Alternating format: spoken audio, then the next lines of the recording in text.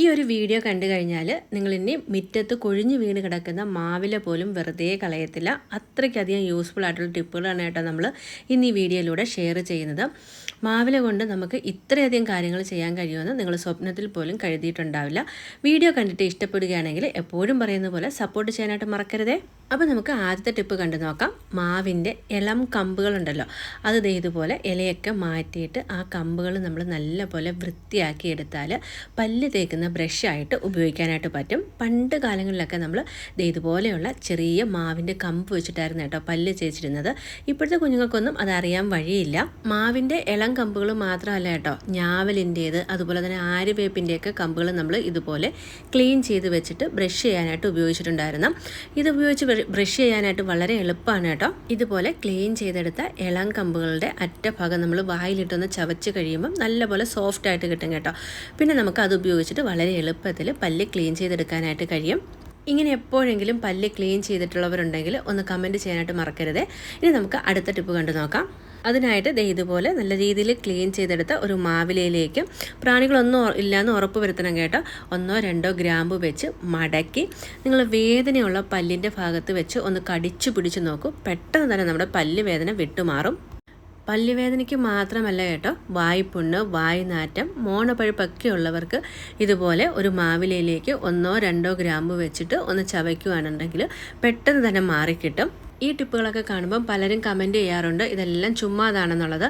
നിങ്ങൾ ഒരു പ്രാവശ്യമെങ്കിലും ഗൂഗിളിലൊന്ന് സെർച്ച് ചെയ്ത് നോക്കൂ, അപ്പോൾ നിങ്ങൾക്ക് മനസ്സിലാവും.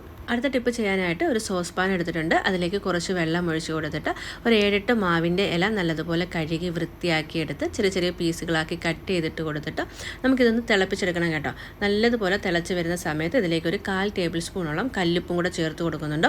കല്ലുപ്പ് തന്നെ ചേർത്ത് കൊടുക്കണം കേട്ടോ, പൊടിയുപ്പ് ചേർത്ത് കൊടുക്കണ്ട. ഇനി ഇതിനെ ഒന്ന് തിളപ്പിച്ചെടുത്ത് ഒന്ന് ഓഫാക്കിയതിന് ശേഷം ഒരു ഇളം ചൂടുണ്ടല്ലോ, നമുക്ക് താങ്ങാൻ പറ്റുന്ന ചൂട്, ആ പരുവാകുമ്പം ഇതുപോലെ ഒരു ബേസിനിലേക്ക് ഒഴിച്ചു കൊടുത്തിട്ട് നിങ്ങളുടെ കാൽ ഇതിലൊരു 5 മിനിറ്റ് നേരം മുക്കി വെച്ച് നോക്കൂ. ഉപ്പൂറ്റിയ വേദന അതുപോലെ തന്നെ തണുപ്പൊക്കെ ആവുന്ന സമയത്ത് നമ്മൾ സ്ത്രീകൾക്ക് രാവിലെ എഴുന്നേൽക്കുമ്പോൾ കാലിൻ്റെ അടിഭാഗത്തൊക്കെ കുത്തിപ്പിടിക്കുന്ന പോലെ വേദനയൊക്കെ തോന്നാറുണ്ടല്ലോ, അതൊക്കെ മാറിക്കിട്ടാനേ അതുപോലെ തന്നെ നമ്മുടെ കുഴിനകമൊക്കെ പോകാൻ ഇത് നല്ലൊരു ഹോം റെമഡിയാണ് കേട്ടോ. ആഴ്ചയിൽ ഒരു പ്രാവശ്യമൊക്കെ ചെയ്യുവാണെങ്കിൽ നിങ്ങൾക്ക് നല്ലൊരു റിസൾട്ട് കിട്ടും. ഇടയ്ക്കിടയ്ക്കൊക്കെ ഞാൻ ഇതുപോലെ ചെയ്യാറുണ്ട് കേട്ടോ, കാലിൻ്റെ ഉപ്പൂറ്റിക്കൊക്കെ വേദന വരുന്ന സമയത്ത്. അടുത്ത ടിപ്പ് മിക്ക ആളുകളും ചെയ്യുന്നതാണ്. നമ്മൾ മീൻ അല്ലെങ്കിൽ നോൺ വെജ് ഒക്കെ കട്ട് ചെയ്ത് കഴിയുമ്പോൾ നമ്മുടെ കയ്യിലുണ്ടാകുന്ന ആ ഒരു സ്മെല്ല് മാറാനായിട്ട് ഇതുപോലെ ഒരു മാവിൻ്റെ ഇല കയ്യിലിട്ടിട്ട് ഒന്ന് ഞെരടിയെടുത്താൽ മതി കേട്ടോ. ഉള്ളിയൊക്കെ കട്ട് ചെയ്യുമ്പോൾ ഉണ്ടാകുന്ന ആ ഒരു സ്മെല്ല് അല്ലെങ്കിൽ നോൺ വെജ് ഒക്കെ വൃത്തിയായി കഴിയുമ്പോൾ ഉണ്ടാകുന്ന ആ ഒരു സ്മെല്ലൊക്കെ പെട്ടെന്ന് തന്നെ മാറിക്കിട്ടും. കർപ്പൂരമാവിൻ്റെയൊക്കെ ഇലയാണെങ്കിൽ നല്ലൊരു സ്മെല്ലായിരിക്കും കേട്ടോ. അപ്പോൾ ഇങ്ങനെയൊക്കെ ചെയ്ത് നോക്കിയിട്ടുള്ളവരാണെങ്കിൽ ഒന്ന് കമൻറ്റ് ചെയ്യാനായിട്ട് മറക്കരുത്.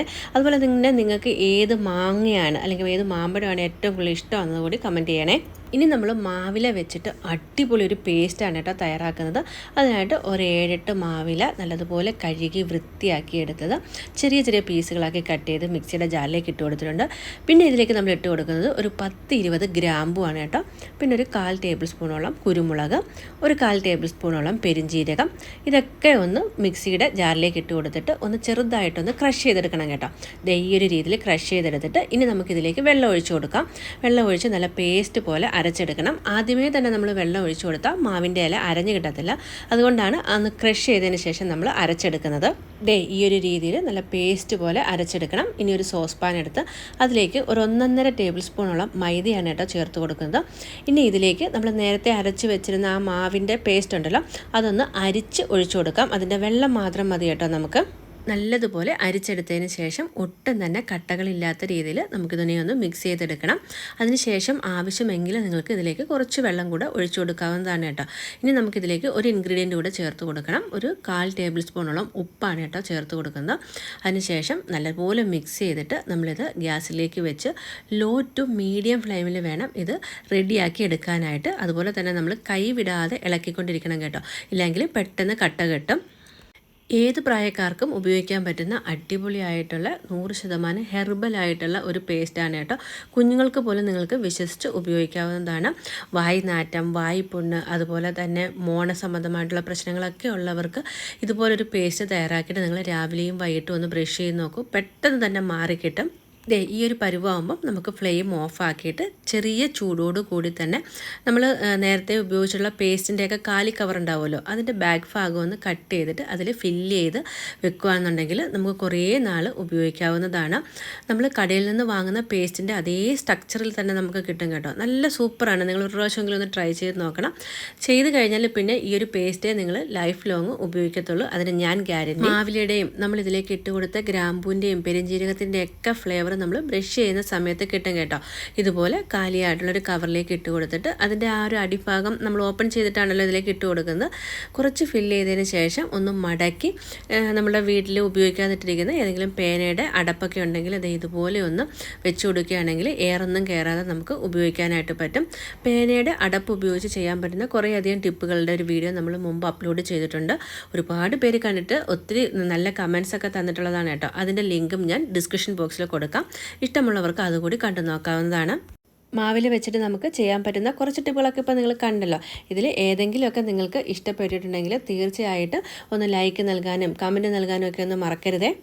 ഇനി നമ്മൾ മാവിൽ വെച്ചിട്ട് അടിപൊളി ഒരു ഫേസ് പാക്കാണ് കേട്ടോ തയ്യാറാക്കുന്നത്. ഒരു 4-5 മാവിൽ ചെറുതായിട്ട് കട്ട് ചെയ്ത് മിക്സിയുടെ ജാറിലിട്ട് ഒന്ന് ക്രഷ് ചെയ്തതിന് ശേഷം കുറച്ച് വെള്ളം ഒഴിച്ച് നല്ല പോലെ അരച്ച് അതിനെ അരിച്ച് നമ്മളതിൻ്റെ വെള്ളം മാത്രം എടുത്തിട്ടുണ്ട് കേട്ടോ.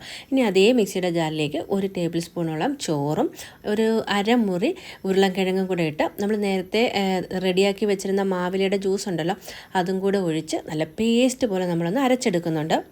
ഈ ഒരു ഫേസ് പാക്ക് നല്ല പോലെ ക്ലീൻ ആയിട്ടുള്ള നിങ്ങളുടെ മുഖത്തിട്ട് ഒരു 20 മിനിറ്റ് കഴിഞ്ഞിട്ട് തണുത്ത വെള്ളം ഉപയോഗിച്ചൊന്ന് കഴുകി നോക്കൂ. നല്ല തിളക്കം കിട്ടും.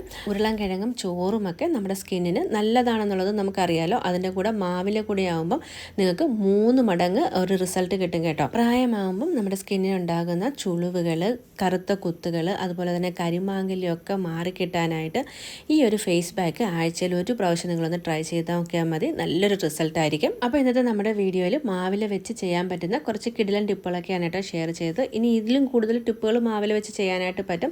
അത് അടുത്ത വീഡിയോയിൽ കാണിക്കാം കേട്ടോ. അപ്പോൾ ഇന്നത്തെ നമ്മുടെ ഈ ഒരു വീഡിയോ നിങ്ങൾക്ക് ഇഷ്ടപ്പെട്ടെങ്കിൽ എപ്പോഴും പറയുന്ന പോലെ പ്ലീസ് ഒന്ന് സപ്പോർട്ട് ചെയ്യാനായിട്ട് സബ്സ്ക്രൈബ് ചെയ്യണേ. ഒപ്പം തന്നെ നിങ്ങളുടെ വിലയേറിയ കമൻറ്റ് കൂടി അറിയിച്ചോളൂ. അടുത്ത വീഡിയോയിൽ കാണാം. അതുവരേക്കും ബൈ.